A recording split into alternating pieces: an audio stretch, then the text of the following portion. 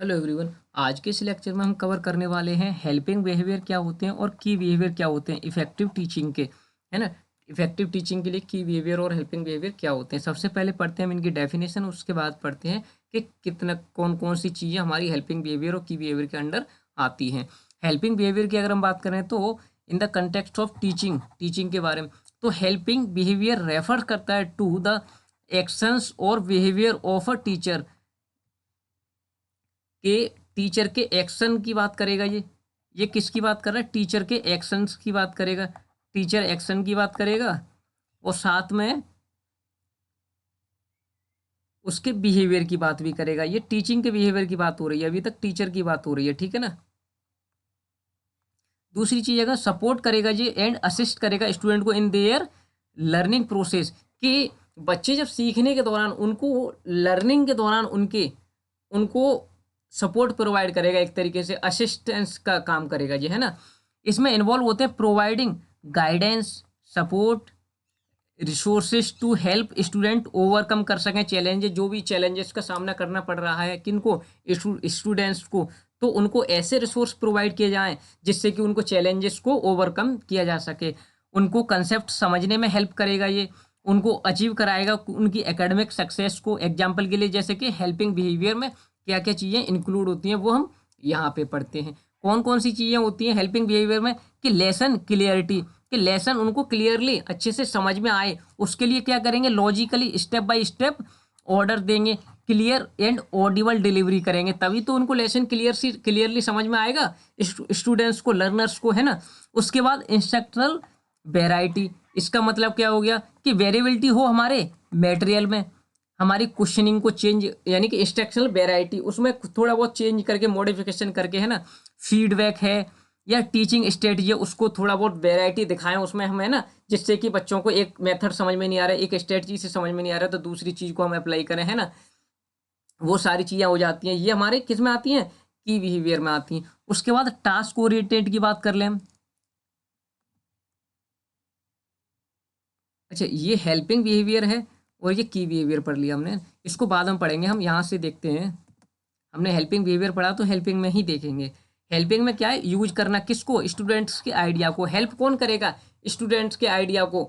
Student के idea हैं, उनका कंट्रीब्यूशन को अगर हम यूज करेंगे अपनी टीचिंग में, तो वो एक तरीके से हेल्पिंग बिहेवियर के अंदर ही तो आएगा। स्ट्रक्चरिंग की बात कर लें तो स्ट्रक्चरिंग में lesson and advance organiser and summarise करना, questioning to stimulate thinkings and problem solving, probing for deeper understanding. ये डेवलपिंग की बात कर लें, डेवलपिंग है positive teacher learner relationship.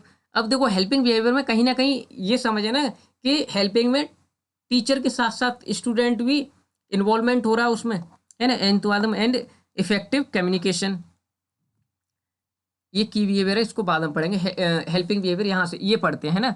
Helping behaviour पढ़ा था हमने डेफिनेशन, और हमने यहाँ से पढ़ेंगे। देखो यूज करेंगे किसको, स्टूडेंट के आइडिया को। जो भी स्टूडेंट आइडिया होंगे उनके माइंड में चल रहे होंगे, उन चीज़ों को हम एक तरीके से अपनी टीचिंग में क्या करेंगे, यूज करेंगे, कंट्रीब्यूट करेंगे। ड्यूरिंग द लेसन बनाते समय हम उनको जो वो देखेंगे कि हाँ स्टूडेंट्स के भी कुछ आइडिया हैं तो उनको इंक्लूड किया जाए।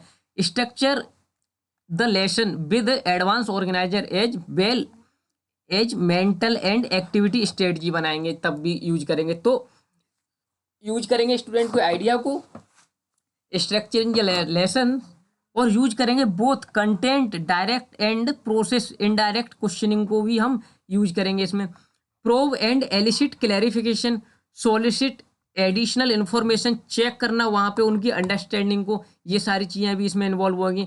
Be involve in your teaching, जैसे कि शो करना इंटरेस्ट को। यूज करेंगे गेस्चर्स को, जो गेस्चर मतलब एक तरीके से इशारे वगैरह वाली बात होती है ना। आई कांटेक्ट हो गए हमारे, है ना। एग्जाम्पल के लिए टू कम्युनिकेट कर रहे हैं हम, नर्चरिंग रिलेशनशिप टू लर्नर्स के साथ, है ना। तो ये हमारे की हेल्पिंग बिहेवियर में आएंगे। अब हम पढ़ते हैं की बिहेवियर की डेफिनेशन, उसके बाद आएंगे यहाँ पे, है ना। की बिहेवियर कहाँ है हमारा, ये पढ़ा था हमने। की बिहेवियर में क्या है कि देखो, की बिहेवियर में हम ये समझें कि यहाँ पे सारा काम कौन कर रहा है, टीचर कर रहा है। यहाँ पे स्टूडेंट का कोई भी इन्वॉल्वमेंट नहीं है, किस चीज़ में, टीचिंग में, एक तरीके से लेसन बनाने में, है ना। तो देखो लेसन क्लियरली समझ में आए उनको, ये टीचर ही तो करेगा, तो स्टेप बाय स्टेप ऑर्डर देगा, क्लियर ऑडिबल हमारा मटेरियल हो, है ना। इंस्ट्रक्शनल वैरायटी ये भी टीचर के द्वारा की जाएगी, बच्चों के द्वारा तो नहीं की जाएगी। तो फीडबैक है, क्वेश्चनिंग है, वैरायटी ऑफ वेरिएबिलिटी हो मटेरियल में, स्ट्रेटजी में, है ना, ये सारी चीज़ें। अच्छा, टास्क ओरिएंटेड की बात कर लें तो content oriented institute of process oriented, के कंटेंट ओरिएंटेड हो ना कि प्रोसेस ओरिएंटेड, ठीक है ना। कंटेंट पे ध्यान दिया हम। और स्टूडेंट इंगेजमेंट, देखो यहाँ से कन्फ्यूज नहीं होना, हेल्पिंग बिहेवियर में स्टूडेंट इंगेजमेंट नहीं आएगी। हेल्पिंग बिहेवियर में हमारा क्या आता था, लर्नर का कंट्रीब्यूशन आता था। बट हम लर्नर स्टूडेंट के इंगेजमेंट की बात कर लें तो ये हमारा की बिहेवियर में आता है कि limit distraction, keep student working on content, के कंटेंट पर जो में स्टूडेंट काम करें।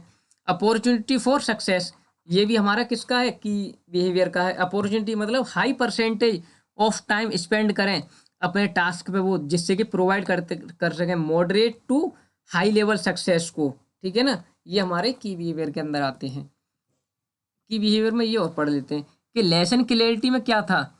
हाँ, ये एक ऊपर देखें तो लेसन ये हमारा दिया कितने तक की बिहेवियर जे बोरोफी ने दिया था 1987 में, टी गुड और जे बेरोफी ने दिया था, है ना।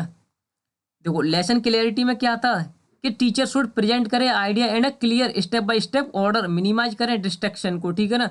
इंस्ट्रक्शनल वैरायटी में क्या पढ़ा हमने कि वैरायटी ऑफ टीचिंग टूल्स का यूज करे वो, सच है जैसे टेक्नोलॉजी है, मटेरियल है, एक्टिविटी है, स्पेस है, डिस्प्ले है, इन चीज़ों में वैरायटी दिखाए वो। टीचर टास्क ओरिएंटेड में मतलब क्या हो गया कि टीचर मैनेज करे टाइम को इफेक्टिवली, हैंडल करे इंस्ट्रक्शन प्रॉम्प्टली, ऑर्गेनाइज करे लेसन्स को अच्छे तरीके से।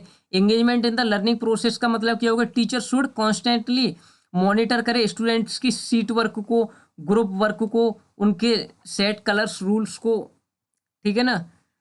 और अगर हम बात करें स्टूडेंट सक्सेस रेट की, तो स्टूडेंट शुड स्पेंड करें significance portion of time there task allow करें, जहाँ पे उनको समझने में मटेरियल और मिनिमल एरर हो, जिससे कि उसके उनमें, ठीक है ना। तो ये सारी चीज़ें हमारी जो किसके अंडर आती हैं, की बिहेवियर के। आई होप हेल्पिंग बिहेवियर क्या होता है, की बिहेवियर क्या होता है, अच्छे से समझ में आया होगा आपको। Thank you so much.